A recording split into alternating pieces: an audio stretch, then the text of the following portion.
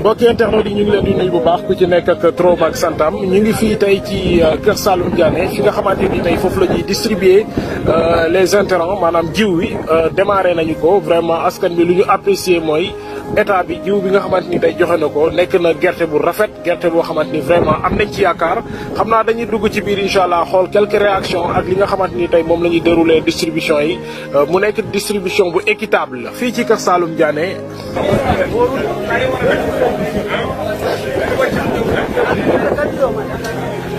waaw gars yi ñu ngi fii ci Seko bu Kër Saalum Diané gars yi ñu ngi ci distribution yi vraiment ñu ngi koy dérouler mu nekk distribution bu équitable vraiment lépp ñu ngi ko teg ci logique ak ci li nga xamante ni tey mooy yoon. donc gis nga commission baa ngi noonu ñi ñoo gérer lépp lu aju ci wàllu distribution yi monsieur Touré ñu ngi lay ziar.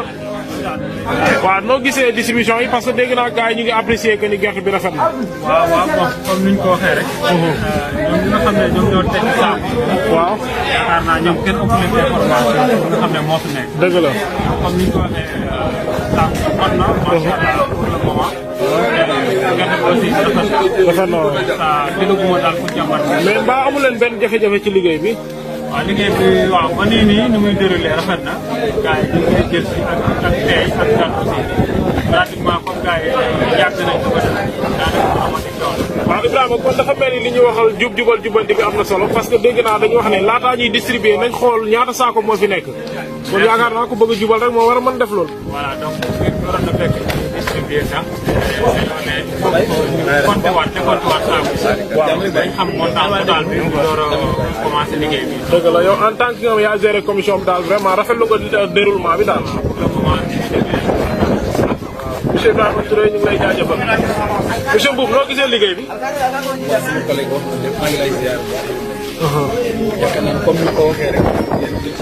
dëgg la.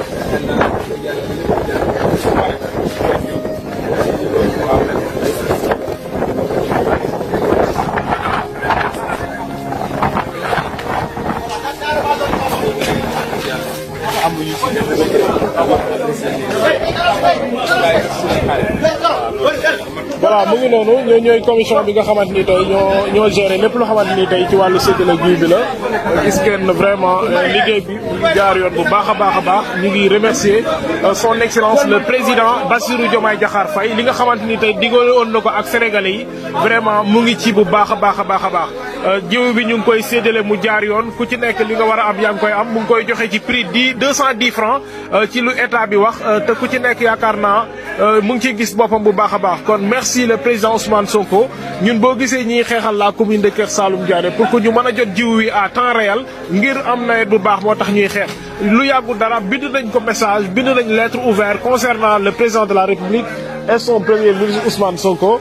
ci li nga xamante ni tey mooy ñu gaaw a séddale jiw wi à temps réel ngir ñi nga xamante ni tey ñooy agriculteurs yi mën cee gis seen bopp bu baax a baax donc ñu ngi leen di remercier bu baax di wax que ni Sénégal mu ngi en marche lii mooy jubal jubanti lii mooy innovation lii mooy changement parce que moom lañ promettre li nga xamante ni mooy sénégalais yi donc ñu ngi jaajëfal son excellence le président de la République que vraiment jiw bi mu ngi déroulé ñu ngi koy séddale ci nu mu jaare yoon vraiment merci. donc boo gisoon nawet bi xawoon am li nga xam ne mooy jafe-jafe ndigam daaw mooy li nga xamante ni tey askan bi yéex nañee jot li nga xamante ni tey mooy intrant yi à temps.